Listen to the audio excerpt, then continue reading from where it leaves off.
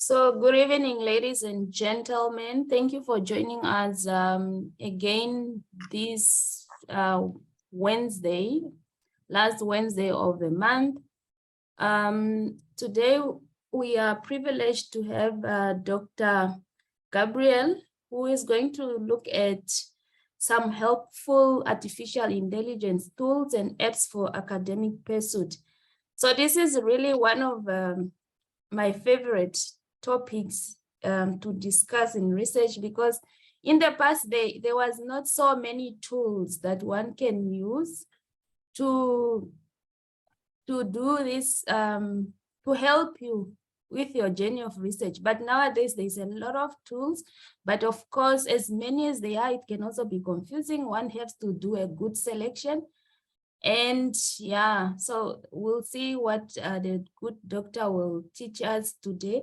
He's a very well published author who has a book that just came out recently as a lead editor. So he knows what he's talking about. He has been through what we are all going through now.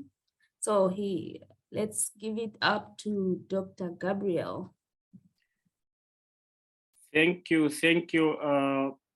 Good evening, good morning to the Japanese. Thank you, Josie, for that wonderful introduction. Yes, my name is Ndakalimwe, and N stands for Naftal, Gabriel. It's my honor. I hope the video is okay. I can turn it off just so that I can see the whole screen. Is that fine? Yeah, it's yes, okay. That's fine. So I was muted. Yeah. Now you are muted. Oh. Okay. Yeah. No, that's fine. So it's really my honor. I remember very well the first time you launched this platform, the Research Corner. I think artificial intelligence tools appeared somewhere.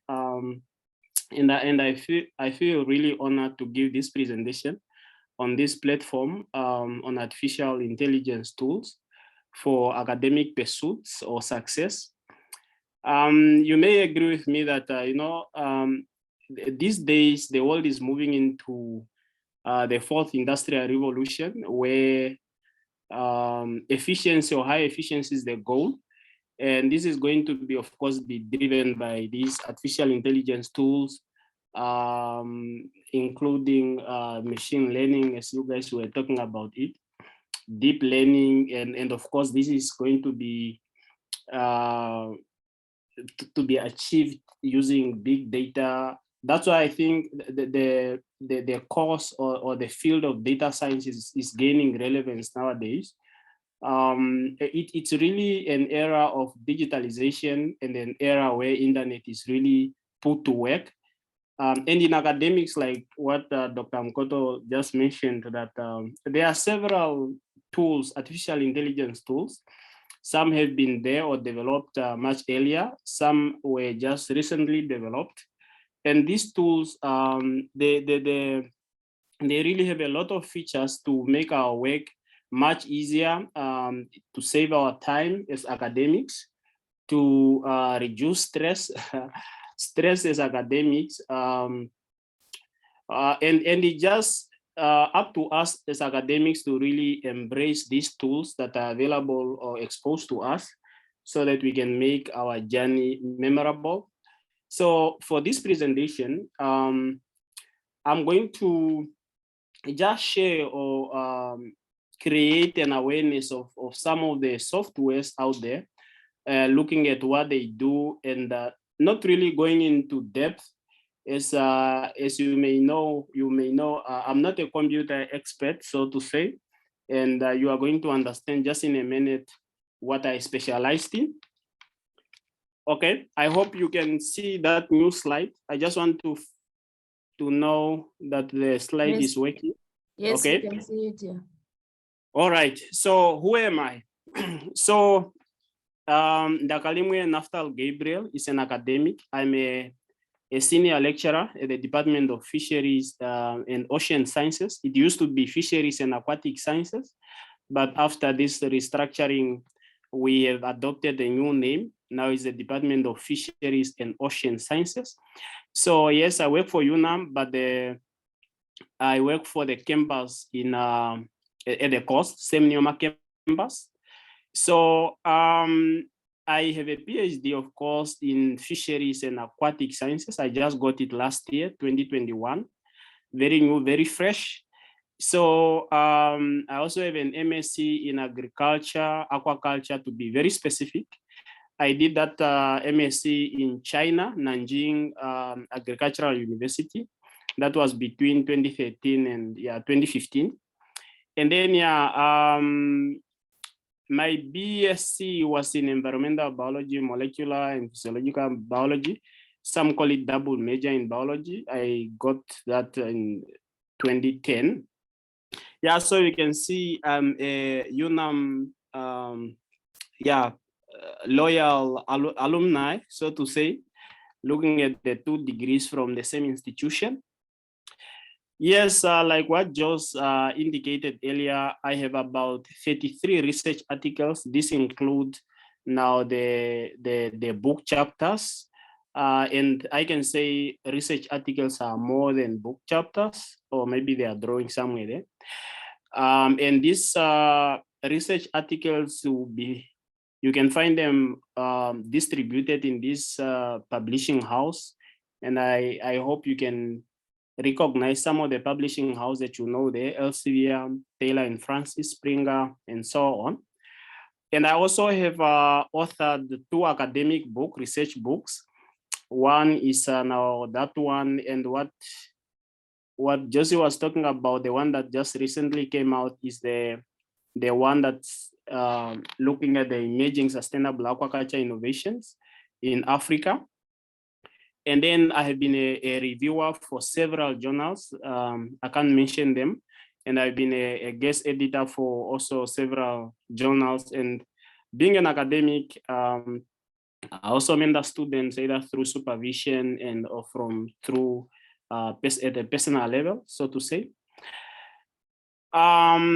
Research collaboration, I don't know if you can see on this slide, and I don't want to zoom in.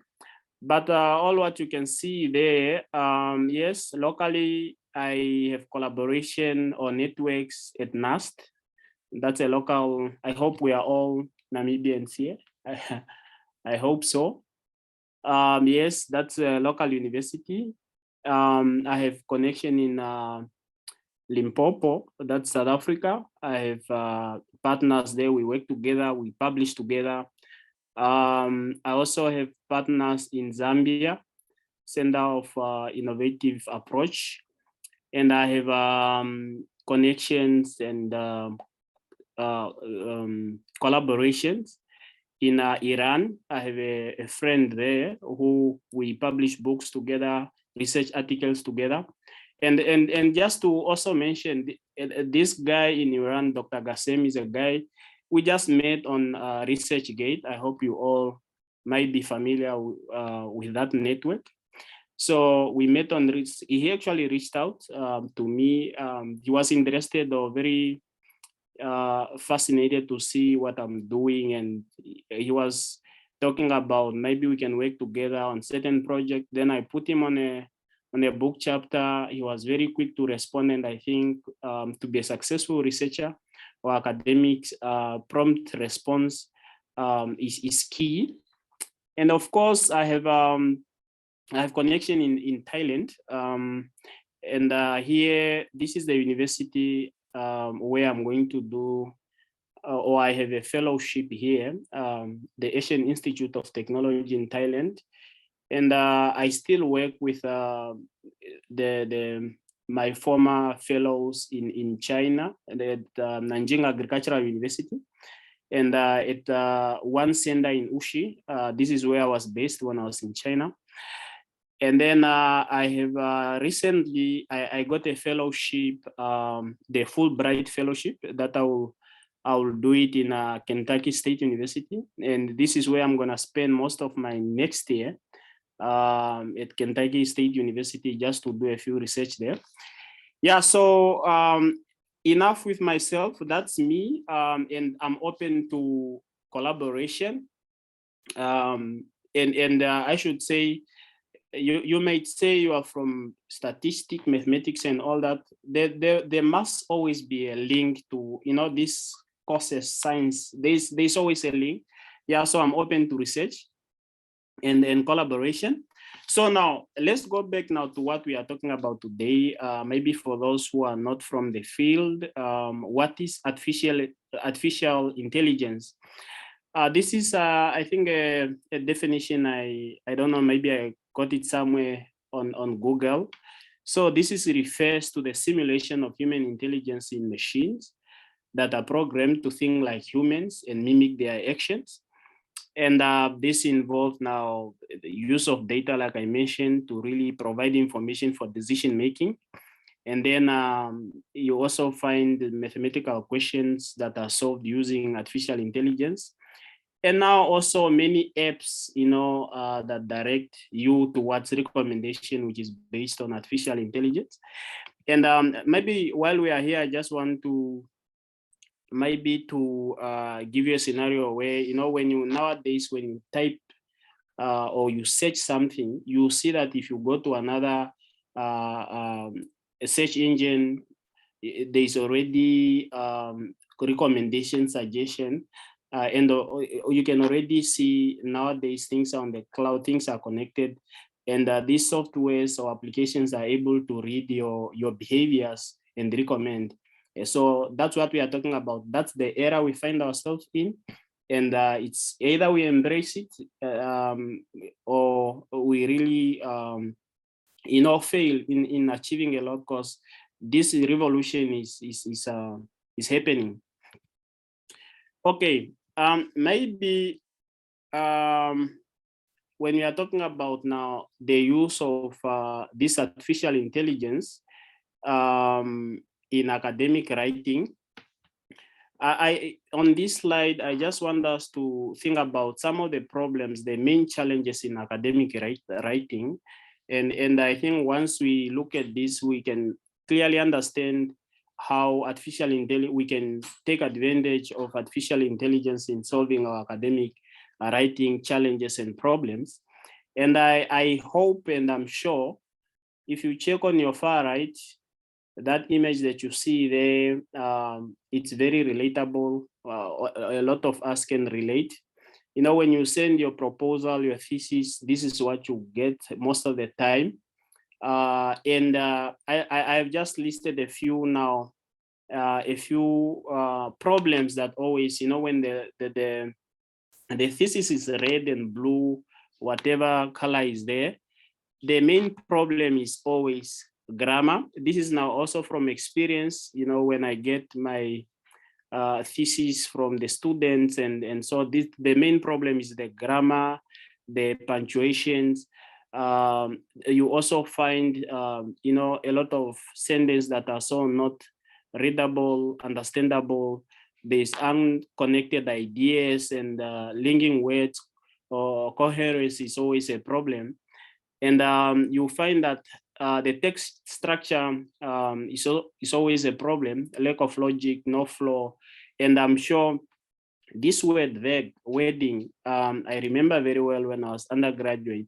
And every time I write a scientific report, the lecturer always send the report, and he always put this word, and sometimes you really don't understand what he was trying, or they were trying to say. It's only then that I came to understand that the wording, is just not clear. The structure of the sentence is just not understandable, because the aim at the end of the day is for you to be able to write something that is readable, understandable. At the end of the day, that's the aim. So, and another challenge is plagiarism. You see that it comes in different forms, either you just copying and pasting the text, and there's now paraphrasing, grammar, editing skills is so poor. So, and in many institutions, academic institutions, will find that this issue is a serious problem and they really take serious action, just to curb this whole issue of plagiarism. And then there's also the other challenge of inconsistency in citation, the referencing style. You see that there's a mismatch. The referencing style in the text is not the same as the one on the referencing list. So these are a major challenge that you find in thesis or in report. And there's also, now generally you observe from students that there's poor management of research materials. You ask the student, where is this article, that they cannot provide this article. So it is a clear indication that they are unable to manage their research articles and so on and so on. But also, this is just to say, nowadays, the academics or lecturers, you can see they are going to be very, very strict with some of these issues, because there is a lot of tools out there that can assist you to really improve the readability of your document, your thesis, and so on. So, I feel like it's not fair, or you are not doing justice to yourself to really lose mark because you have references issues, citation issues, plagiarism issues, grammar, and so on and so on, while you have these tools, these artificial intelligence tools that can assist you to improve just that. So yeah, so what we are now going to look at, now these artificial intelligence tools, looking at those that will assist you in improving the grammar. This includes now punctuation, the hedging, the connecting words, and so on, and paraphrasing. And we're also going to look at the reference management tools. There's quite a number of them there, but of course, we are just going to look at a few. And there's also other apps that are important or play a significant role in academics. And so we are also going to look at just a few, because there's a whole list of them. Yeah, so just so that what you have observed in the previous slide can be reduced, you save time, you save stress, and so on and so on. Yeah, the first one in the group of those softwares or applications that can help you to improve readability is Grammarly. I am sure a lot of you have came across this software somehow.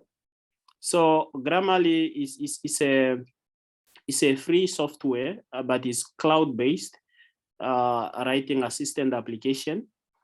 And I should say, when I say cloud-based, you only use it when you have internet, it can assist with proof reading and editing. Of course, we are talking punctuation, grammar, and all that. And then it also gives suggestion, as you can see on the far right here, underlined in orange. It just gives recommendation, and that's based on the built-in algorithm. And then if for you to, as you can see below here, yes, it's free, but this free version is also limited. So if you want to get whole benefit of this software, you have to, there's a premium plan. So unfortunately, for you to utilize the software fully, you have to commit a small amount. I don't know if that's small, or to a student, I think, yeah, maybe it's a lot. And this is per month. So yeah, that's the software, and there's different plans, and for business and so on and so on. And the good thing, it also has a benefit of checking your plagiarism. And this is just to give you the address or the link where you can get it if you're interested in the software. So you can see, yes, it's widely used. And for me, I really don't want to convey to other software at this point. I want first to discuss all of them so that we have an understanding of each of the software. And the good thing, maybe just in addition, it also give a report once you put in the document and you do your editing. It can also give you the report, which include now the performance or correctiveness confidence to say, no, now the document is well edited, it's okay, you can you have confidence that it's readable and so on and so on. I hope I'm still communicating. I hope you can hear me. Yes, very well. Okay, so there is another one. This one is called Rightful. Rightful is also a free software which you can also add in Microsoft, and also compatible with Overleaf LaTeX editor. And as what you have observed in Grammarly, it also do proofreading, corrects grammar, spelling, punctuation, use of words, and so on and so on. And it is an option of choosing either if you want your document to be lightly edited or advanced. What to say is, do you really want the software to do major revision? And it can also paraphrase. It can suggest, or completely change the text, but still not changing the meaning of your text. And another thing, I was just checking it out. It's a very good software, especially for academics. It's a good software because its algorithm is based on different academic journals and academic documents. So the language you can see is really academic based, as opposed to other software that maybe can only assist you to send a proper, well readable, understandable email and blog and so on and so on. But this one, Rightful, I can recommend it for academic activities. And then one quite interesting thing about this application is that it's able to generate titles. Let me say you have an abstract or you have just a whole document. You can plug it in there and it's able to generate a title for your article. I have tried it and it's quite interesting to see how really this software is able to formulate a title with really factors, dependent variable, and exactly what you are doing or what that paper is looking at. And like what we have observed with Grammarly, this software has an option for premium plans, which can either be monthly, quarterly, yearly, as you can see there. But if we have to compare now this with Grammarly, I think this is a bit more expensive because Grammarly, I think it was $12 per month. Yeah, so unfortunately, you have to commit a few dollars. And that's it's 19 hours. The link right there, just for you to check it out. Another one is Quillbot. Quillbot it's another paraphrasing software, but in addition to that, it has quite a number of functions, as you can see on the far left. It is a paraphraser, grammar checker, plagiarism checker, co-writer. You can, if you are collaborating with someone, you can work together on the same document. It can summarize a big document. It can also, interesting enough, it can also generate citation and also references. And I don't like this part, the premium. And it's also compatible. You can plug it in the Chrome, Word, and so on and so on. And I ended up, maybe because of the price, let me check, yeah, monthly, I ended up committing to this. And it's quite easy to use application. And as you can see, this just trying to just take a picture of the interface. Yeah, so I have an account for this one and I have a good experience. I can't complain. And there is just the link. Yeah, so yeah, monthly, if let me say you as a student, you know very well that you are maybe submitting your thesis, you are done with your thesis, you are submitting next month. So if you have a small amount of money, you can actually commit for that month, and then you make sure that you edit your thesis or your report, your research article, and so on.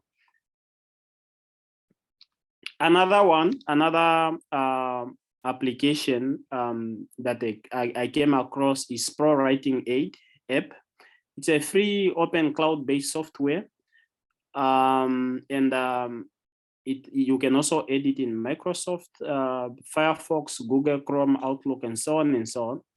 And it also does proofread, grammar, paraphrasing. And then the strength of this application is that it has no words limit.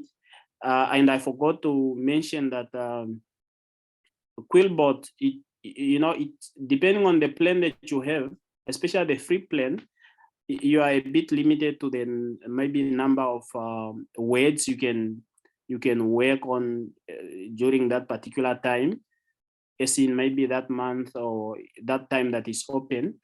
And then you can only benefit fully if you commit. And it also have a plagiarism check.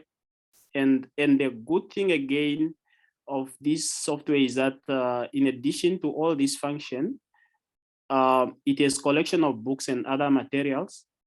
So if you may be researching articles, you can use the same software to look for your article. Now, this is just the link. But one bad part, very sad to say, is the price. It's a bit costly. You can see a month, if you have to commit a month, you have to pay about 20 USD. Yearly subscription is about 79. That's just too much. But yeah, it's, if you are well funded and you trust the features, then go ahead. It's a software that can help you improve your writing. Another one is Word Aid, maybe which stands for artificial intelligence. Unfortunately, this is not a free software, but it is a 3-day trial and is cloud-based. You only use it when you have internet, and is compatible to a wide range of application. And then I have tried also, as I was reviewing these applications, I tried to also look at what people are saying about these applications. And if you can read here, somebody saying WordAI is the best at what it does. Relating text into high quality content is an impressive feature or fit for this software. The only challenge or drawback is that it's more expensive than most other paraphrasing tools. Yeah, so, and I think with all other application is the same. The cost is really the drawback. Because if you can look at on your far right here, the monthly plan for this one is 57 per month, yearly plan 27. Yeah, so the price is really an issue, but if you can get a free software or maybe commit for that particular month, like I indicated, you can really benefit from all this, what is happening, these softwares. The other one, which I hope is not the last one under this category, is the paraphrasing tools.ai. It's a free software. And what did I say here? It's a free software. And this is just the reviews from different experts. You have the content writers, maybe bloggers. You have researchers, authors, journalists. They're saying it's free paraphrase tool with advanced paraphrasing features, which is a good review. It's the excellent paraphrasing website that helps you paraphrase text for free. But then again, like what we have observed with other softwares, for you to really fully benefit, you have to commit some money.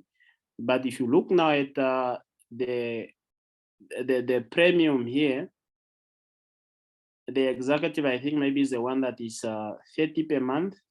And then you have the standard for 20. So the price is really a challenge. Plagiarism remover, which is quite a good thing. If you have a software that can detect and remove plagiarism, that's what you want, because you don't want to be penalized, on this aspect in your document. So this rewriting mode of paraphrasing tool helps you to pass plagiarism checkers like Tenitin. This is also another, just that I didn't review it, but Tenitin is also another good software out there that is available to check your document for plagiarism. And what are they saying here? It's suitable for students and essay writers. Okay. Okay, so that was it with the software or the apps one can use to improve their documents in terms of writing, paraphrasing, grammar, proofreading, and so on and so on. Now let's move into the category of softwares one can use to manage references. And I'm sure maybe most of you know about this app, Mendeley, and that's the link there. It's a free software, which is, I mean, you can download it. Yeah, it used to be, if you have Windows or iOS, you can download it. But then I think this year things have changed. You have to, you can't download it anymore. What you do, it's now cloud-based. I don't know, for whatever reason. So, and you can integrate it with Microsoft Word, OpenOffice, and other applications. So the function of this application is really just to store your document, your research material. It helps you to organize this material. It helps you to also take notes, to share either your file or your folder, so with other researcher or partners. It also helps you to cite references in text, and I should say the good part with this software, it is about, the free plan is about 1 gig. It used to have 1 gig. I remember when I used to use it back in the days, 1 gig for free. But now, after translating it to cloud, I see they have improved they've increased the free storage space. Now there's moved to 2 gig, which is a good thing. And this is a software you can automatically generate your reference list or bibliography. So you don't have to manually write some of these things. You can, for as long as you have your articles, they are arranged, they are in the software, you can easily, just generate by a click of a button. So it also helps to collaborate easily with other researchers online, because, like I said, you can share your documents, your articles with other researchers. That way you can, collaborate and discuss papers or findings. And you can easily import papers from other research softwares, which is quite interesting. You find relevant papers based on what you are reading. This is just what I was initially discussing, to say, nowadays when you just type in something in a search engine, you see the next thing is they are suggesting, or you go to another web, they are already suggesting you for a related thing. So it's also the same if you are searching for, maybe, let me say, protein synthesis, you will see most of the or the effect of maybe sodium on protein. You see all the papers that are talking about sodium, protein, or something, something in that line, just for you to pick.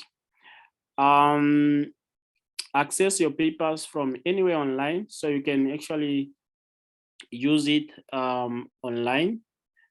For now, it's online, fully online. It's cloud based, so it can either be on your, because you have to have an account then for Mendeley, so you can actually access your material everywhere for as long as you are connected. The other one is EndNote, and EndNote, this is, I should be honest, this is the software I've ever came to know. That was 2014, 13, somewhere there. And I didn't know about this payment and all that. I thought, because I saw one Chinese guy using it, I thought maybe it was freely available. I just came to see you have to pay and all that. So this was the first reference management software I came to learn, but unfortunately, it's not for free, but there's trial option, which is maybe for a few days, but it's not for free. You can't even download it. Yeah, you can't download it. You need to pay first to really have it in your laptop or whatever. So the function of this, just like other software, it helps you with citation. It helps you with annotating or taking notes on your document. It can also automatically organize references and also just generate references. Like what we have observed with Mendeley, you can also easily collaborate across boundaries. You can also share your library with other researchers. It's a software you can also work everywhere for as long as you are connected to the internet. So if you can look at your far, I know this is not your favorite part, on your far right, it's just too expensive. So I advise you, if there are free softwares out there, please go for the free available one. This one is extremely costly for a typical student.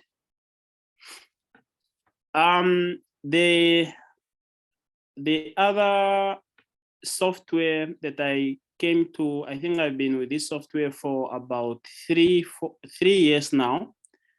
I should say this is one of the best for me, from my personal experience. This is the best software I've ever had. Like it's called Zotero. It's free. You can use it offline. You can download it on your Mac, Windows, or Linux, iOS, like maybe iPad, and so on and so on. Very easy to use, and the function is more or less the same. You can store, organize, annotate, take notes, cite, and share research. It's more or less the same as Mendeley, but the only difference is that the free space is a bit small. As you have observed with Mendeley, the free space now is 2 gig, but with this one is about 300 MB free.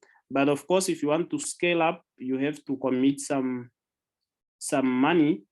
And because I love the software, I had to do that. I had to pay about $20 per year, which is about $1 or $2 per month. It's one of the best software I can recommend anyone. I recommend for anyone. So the last one, I hope, in this category is Citation Machine. Citation Machine, I came to know about this software, when was it? Last month. I'm working with one guy and I was asking if, because when writing a manuscript, he has to write his references, and I had to ask him if he's going to standardize the reference list and so on. And he was like, okay, but now I don't have your literature in my in my reference manager software. And I was asking him what software do you use. He suggested, he indicated he uses citation machine. Yeah, that's how I came to know the software. It's a software that can create citation just like any other reference manager software. If you want to have to cite, create a bibliography there, you can do that. But the additional function or feature for this software is that it can also check your grammar, the plagiarism, and so on and so on. And maybe one good thing is that it's also free. It's also free but limited. And this is typical for most of the software. When they are free, you really don't have full benefit. As you can see here, free, all you do, you're only able to save your citations and grammar checks, only five errors checked. Just imagine 5 errors. If you have a thesis and they're talking about 5 errors, then that doesn't help much. And the benefit increases as you pay. You can see per month $9, then you have unlimited grammar checks. You have you can save your citation. You can check plagiarism, and unfortunately, you can only check 30 papers a month. But as the price increase, you can check there's unlimited number of papers you can check per month. So yeah, those are the drawbacks, but the choice is all yours depending on where you stand financially. Okay, so that was it under these categories of reference managers. Now, just for bonus, I hope we are doing well on time. Okay. Yeah, we are okay. So the other tools now one can also use to enhance or just to improve and enjoy your academic journey as a student, as an academic, is softwares that really has nothing to do with grammar, nothing to do with referencing. And one of these softwares is a Paper Digest. Paper Digest is one of those softwares where, if let me say you have a paper and you just want to summarize, to just get a quick grasp of the idea, because remember, this may be a PhD student, master student, you are going to read a ton of papers. And sometimes you don't really have time to go through the whole paper to understand. And also, especially when, let me say, you are not really starting out, you are really far deeper into your research. You somehow understand the backgrounds and the methodology. But when you get now the paper, you just want to understand the idea, the findings and all that. So this is the software. This software will just summarize and give you the grasp, the core idea of the paper. So that's the software to go for. How does it work? Very simple. It's a cloud-based. So you only, you can either plug in or drop in the PDF file, of course, of that article. And then, yes, then it's a click of the button, or you can use the digital object identifier, which is normally abbreviated as DOI. So when you plug in that, then it's a click of a button, and then you see the summary, just to give you an idea. And this is not to say the abstract most of the time doesn't really, because the abstract, depending on because sometimes abstracts are really, how should I put it? They are limited sometimes to the journals. Some of the journals, they maybe say you only need to provide an abstract with maybe a limited number of words. You see in the abstract, you really not get the whole idea of what the paper is about, details. But then with this, maybe it's a more an elaborated kind of abstract, which can help you really to understand. And I recommend this to the senior academics, the senior students, so to say, who are really advanced in their research. All right. The other one is I don't know how to pronounce that, Penelope.ai. Penelope, how did I came to know about this? You know, let me just tell you a story. You know, when you send a manuscript, then it get rejected. I'm telling you, it's number one, is very disappointing, and most of the time you are thinking about where to send it. And most of the time, where to send it, that journal doesn't have the same format as the previous one. So what do you do? For you to submit it to that journal, you have to, of course, you have to make sure the manuscript is in the, number one, meets the scope of the journal and also the format of that particular journal that you want to send your paper to. So I mean, if you have to do it manually, starting with the reference and the whole format, it can take up much of your time. So, but this software, this software can save you time. It can ensure, that your manuscript, if you just plug it in, provided that you also give the detail of the intended journal, it can help you quick to just format the manuscript into the journal of your choice. I think it's a good software that can really save you time and stress. And yeah, I recommend you try it out. Okay, so that's the link. That's the link right there. And the other one, like I said, this has nothing to do with grammar and so on. The other one is BioRender. BioRender is one of those software. I also just didn't want to leave it out. I feel like, especially for those people that are doing in biological science, chemistry, when you're presenting your thesis, you don't really want to put in those fade, the poor quality, and pictures that are not really neat, not professionally done. So this software will help you to just to design, as you can see here, down here, below the first figure, down here, it really helps you to communicate, to really come up with, craft a picture like those pictures that we see in books. You can do it to this software, and like they say, pictures speak louder than words.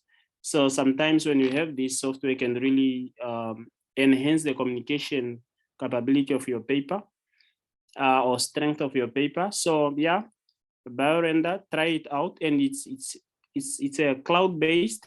All you need is just to sign up. You sign up for free, and that's the link down there. Yes.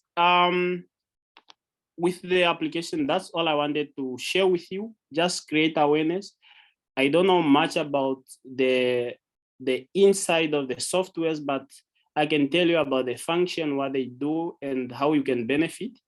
And I think the choice is yours. And the last remarks I want to really say here before I call it a night, or maybe before we can discuss, have questions and all that, is really just to say, this artificial intelligence is an ethical practice. We need to embrace it. I was reading in the newspaper, I think yesterday or the day before, there's a lady who really calling out ladies to embrace artificial intelligence or these applications. And I think even boys should embrace, or men should embrace this concept. So it's an ethical practice. It's not to say because now you are using software to arrange your references, somehow you are not learning, so to say. No, these are ethical practice. We just need to embrace it. So there is nothing unethical about it. It's just a matter of saving time and really save your mind for creativity instead of dealing with petty issue, arranging references and stressing yourself and wasting your time. Use those software out there just to improve the efficiency, the output of your academic performance. And this I have repeated, reduce your time, reduce your stress, and it also allows you to enjoy your academic journey. As you can, maybe most of you relate that academic journey, it can be very stressful. Maybe, but mainly just because of those first things that I indicated, the challenges, the grammar, and all that. But I mean, if you use this software, we can reduce that. But I also want to indicate that these are artificial intelligence. They were made by humans. And when you are now using those software, it shouldn't be a matter of just plugging in the information and you leave it as it is.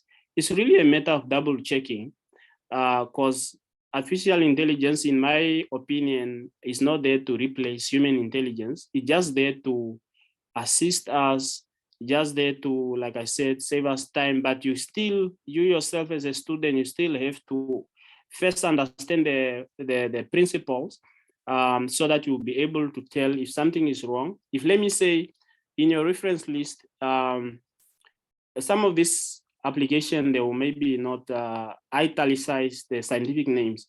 So if you don't know that concept, you don't have that foundation, you just leave it as it is, and you might end up losing marks just because you couldn't italicize the scientific names in the reference list. So it's really just to save yourself time, but still you have to come in and check if everything is okay. So with this, I thank you. And yeah, time for discussion, time for questions. Thank you. Thank you so much for sharing some of the apps or tools that I have. I was aware some I haven't used, some I'm using, but not fully. I'm just like, oh, there are more functions on this app than I am utilizing. So thank you so much for sharing. Guys, time for questions. And if you also want to link up with someone, maybe for a specific something, perhaps you can put it in the chat box so that you can link up later with whoever is available for that. But now, if you have questions, time for questions. Yeah, I was really looking for, maybe just because of time, maybe some other time, just to demonstrate some common softwares, especially with I think Rightful or Quillbot. Maybe next time, yeah. That would be nice, yeah.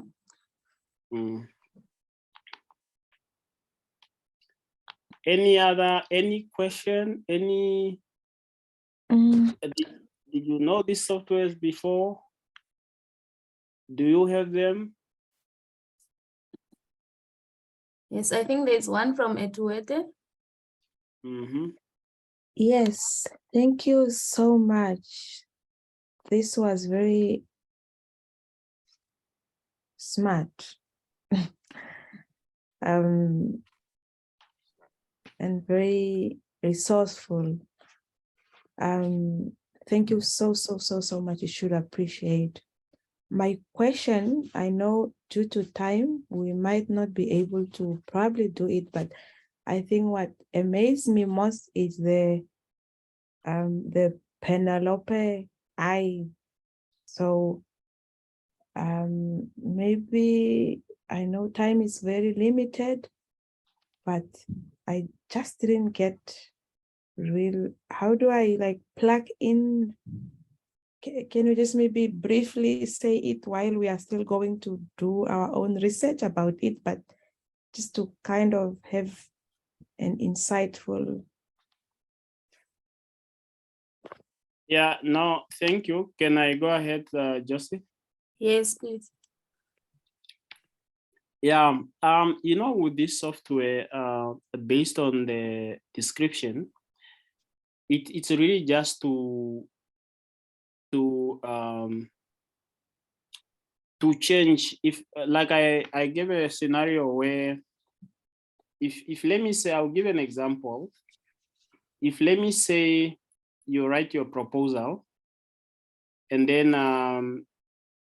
maybe the format that you have adopted is not the format required by the university, and there's a standard format, maybe somewhere in the cloud, or like the journals. So this, or like what the journals have, because when I mean the journals formats on the cloud, this is when it comes to like the reference style, you see that their reference styles are also, they are already there in most, or you can add them in most of the softwares, so as their format also. So this software now, it will help you to convert the format of your manuscript, of your document, into the required format for that particular journal. I don't know if that makes sense to you. If let me, Not there, I'm getting it there, but the trick part is just that. So now I'm talking because I haven't even opened it. Now the trick part Yeah. is is there somewhere that I have to plug the requirement of the journal that where I want to submit my article, or? Yeah, definitely in the software, like I indicated, just like with referencing, you have to choose the referencing style of that particular journal, isn't it?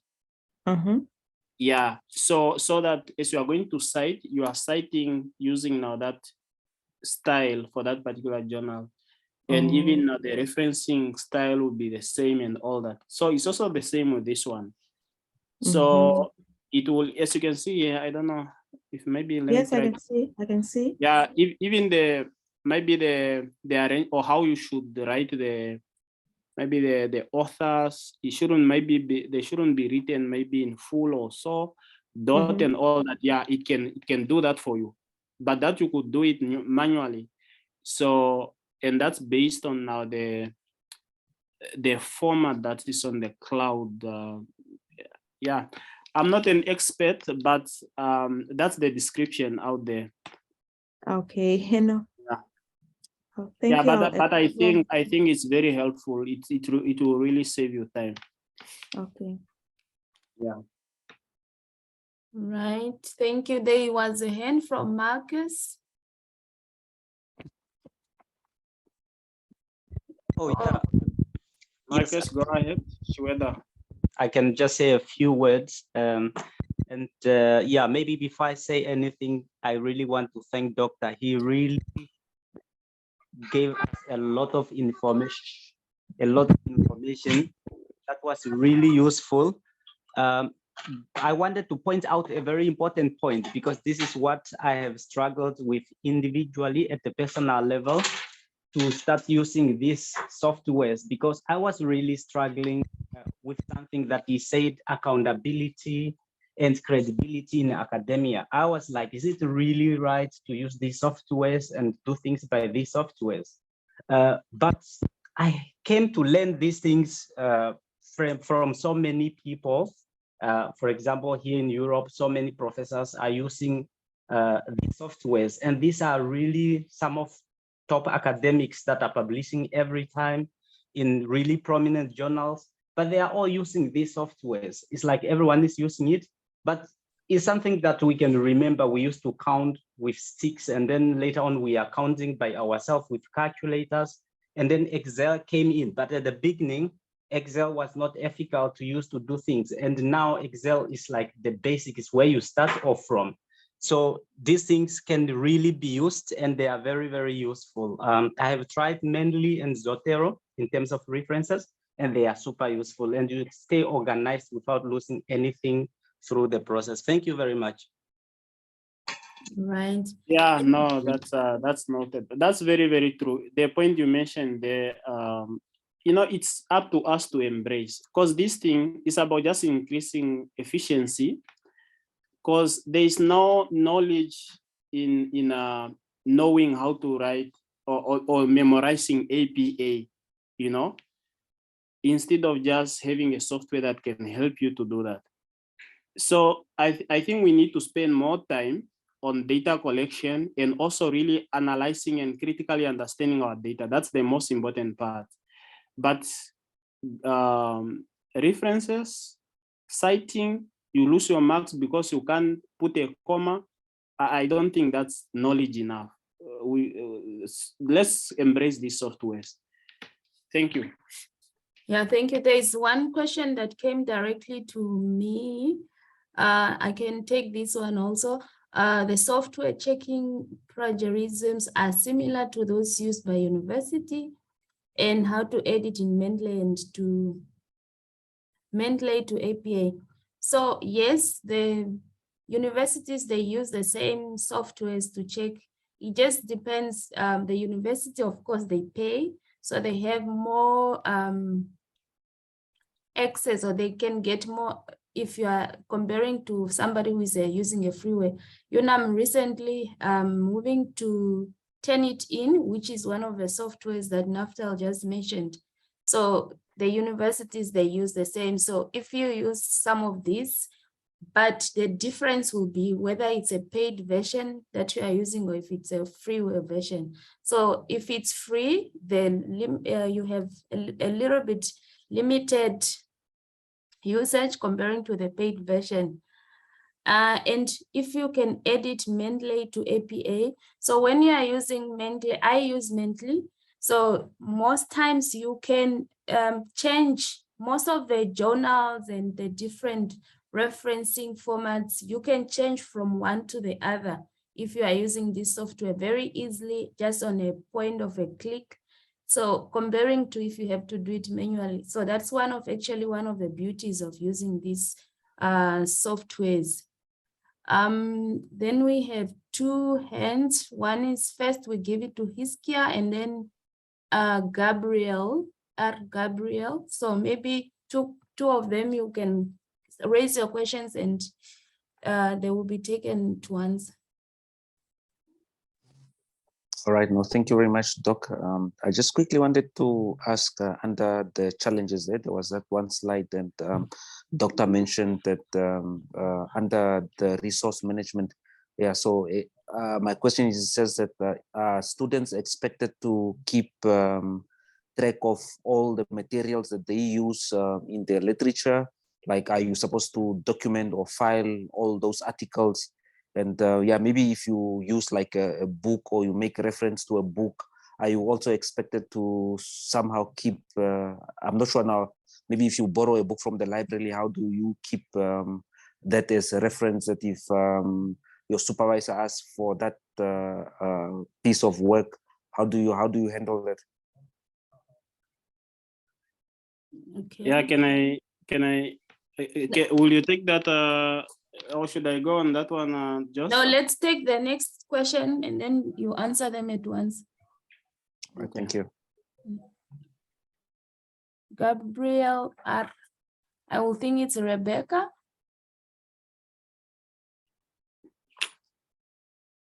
Yes, yes, Josie, is Rebecca. I first want to apologize. I have a small girl with me here who might be whining here and there. But I wanted to thank Doctor for the beautiful presentation.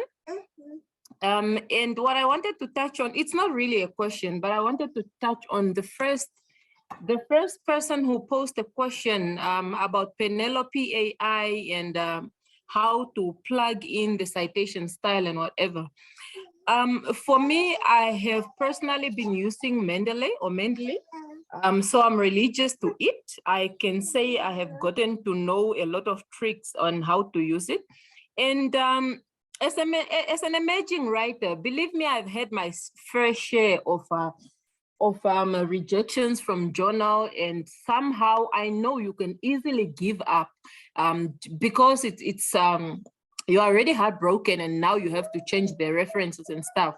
But with Mendeley, you easily just go back to the Mendeley plugin, and then you change the reference style, for example, from APA to Vancouver, and you press refresh, and everything is immediately turned into the citation style that you want. And from Hiskia, when he says, how do you edit? With Mendeley, I have seen that you can also edit when you want to add something manually. For example, a book, a report, you could easily do it manually for as long as you know you have added the right information, which makes it very, very easy for us as emerging writers.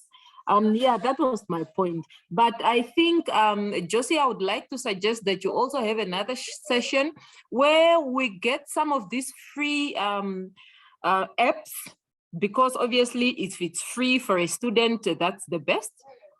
When you just have a session or it's somebody who's really good at it, and the whole session they just demonstrate, and then we ask practical questions, because I think it's going to make much more sense, because that now that we know the numerous ones, we are obviously going to try them out, and in that session perhaps we will be asking more practical questions while we already have experience. Thank you. All right, thank you. Doc, Yeah. you want to come in? Yeah, no, that's my wife. I even thought she's going to ask a question. Otherwise, I would say no. I will answer yes. She must just pose the question here at home, and then I can help her. No, that's good. Yeah, I just wanted to maybe add to what she just said before I come to the question of are you expected to keep the research materials? Yeah, I wanted just to add on Penelope to say, yes, with other reference manager or management tools, yes, you can easily just change the references like that by a click of a button. But I think the benefit of using this Penelope, it goes beyond that, because imagine you find some journals that have funny formats. Maybe the subtitle has to be italicized, or maybe the figure shouldn't be written in full, should be maybe fig dot and all that. So if this software can do that, I think it can just save you so much. It can save you so much time. Yeah. So, and I think by the look of the feature, it's really it's going beyond. It's going beyond the reference managers. All right. The question of are you expected to keep the research materials? I think it's a bit, I think it's a good thing to have it, because sometimes for you as of course for a supervisor, it's just so good to sometimes you just come across an interesting article and you ask the student, where is this article? And they can provide you with such information. And sometimes it's really maybe articles that you can only I see in our database at UNAM. I see we don't have for some journals, we don't have access to articles that are more than I think 5 years. And if, let me say, there is an article that has been cited, which the student is saying, yeah, they looked at that, and you just really, it's about methodology, and you really just want to understand the methodology. It will just be so nice to have such kind of document. If you got it somewhere, then I feel like it's just all right, so nice to have it. But of course, library, that's another thing. But I mean, it's just all right. And I can tell you from my MSc, I still have a folder in my Mendeley of all the articles that I used, and it's just a good feeling. It's a good thing. And even for you, especially with methodology, it's just a good thing. Yeah. No, I don't know if that answers Yeah, question. just to add on that, usually I actually recommend people, if you are starting your master's thesis or your PhD, really have, I'd say, buy what's the biggest deck book that you can buy. Why? Because you are going to read a lot of papers and you are going to forget some of the things where you have read it from. And when you are reading, usually you get this idea, I can use this in my discussion for this point and whatever. And then you reach that discussion, you have completely forgotten. So this, either in a deck book, or if you are very old school, or in Mendeley, for instance, you can annotate. One of the functions for this is annotating. You can even add a text there to say, I want to use this in the discussion for this particular point, so that when you see that annotation, you know exactly why did you highlight it, because a lot of times you would come back, you have highlighted and put stickers and whatever. Then you ask yourself, why did I put a sticker here? You can't remember. So try to put such comments that are going to be useful for yourself by the time that you come back to that text. Okay, we have a hand from Isaac. Yeah, I just want to highlight on whether you need to keep all the materials. I think sometimes it's best to keep most of the materials, or because I remember when I got here, I was writing something and I have some few equations.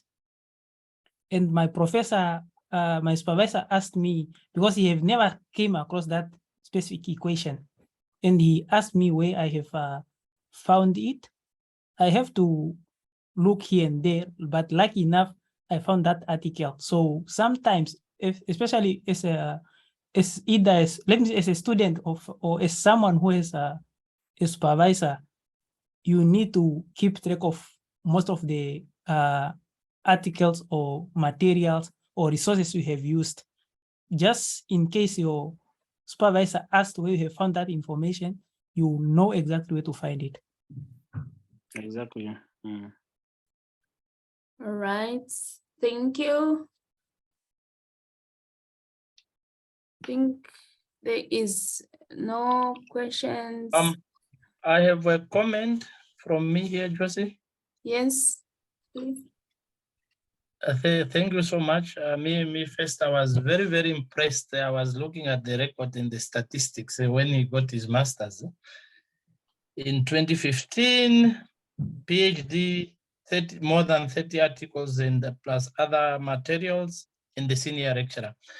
That is something that will really motivate, especially for us that are in academics. It's something that really can inspire someone.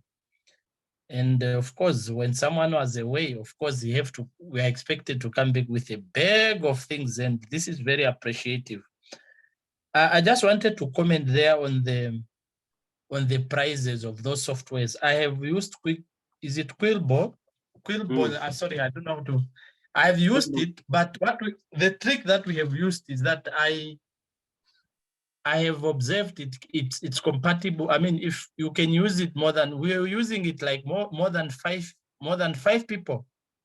So since especially at postgraduate, I would suggest we invest in our education by combining forces.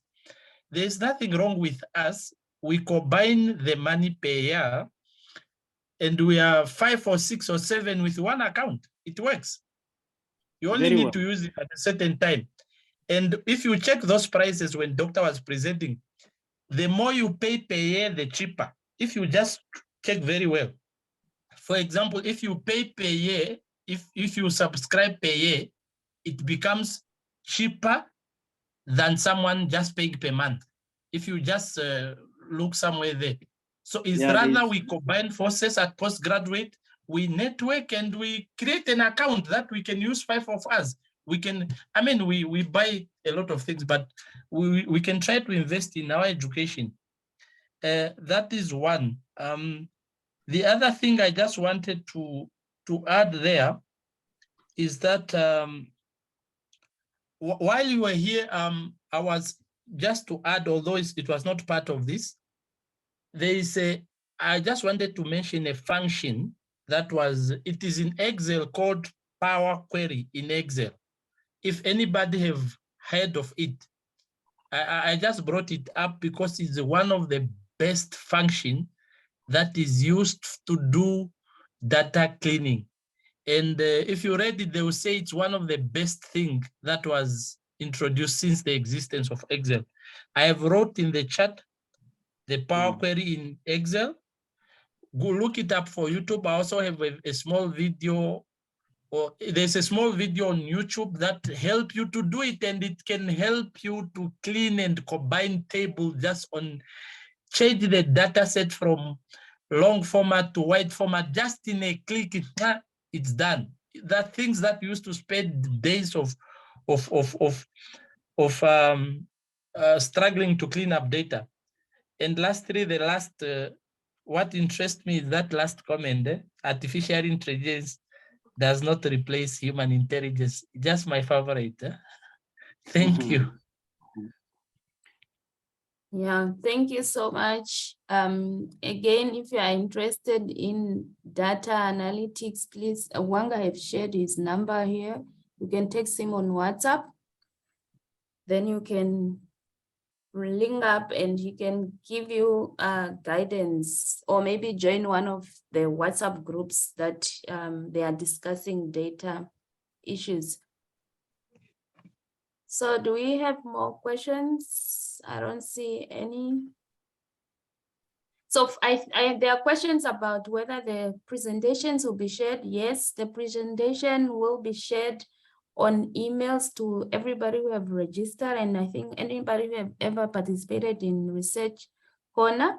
But if it's maybe you got the link from somebody on WhatsApp or so, please put your email here so that I can include it in the email list of this material. The recording will be shared on YouTube. I will share the link also once it's uploaded. Okay, if we don't have more questions, then I would love to thank everyone for attending. But most importantly, I would also want to thank Dr. Gabriel for this insightful presentation. Research Corner is our research corner. It's not only Josie's corner. So let's make it a success by contributing, either attending or presenting.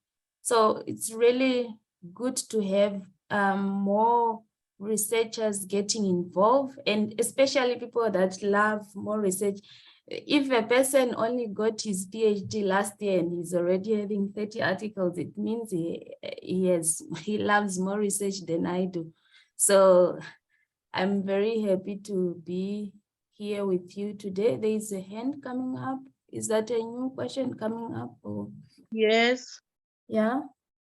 You mentioned something about the number for data analysis. I think I missed the number. You said it's been shared. Can you kindly share? Yeah, he shared it again. Oh, yes, I saw it now. Thank you. All right. All right.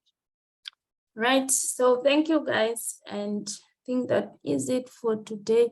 For the next session, I think I'm likely to be in the field towards the end of November. So maybe it's gonna be more of a plenary session and ask questions. So it's gonna be questions if you have some specific questions, and we're going to try to divert and see how can we improve for 2023. So that's going to be our last webinar for the year, and then December we are in holidays.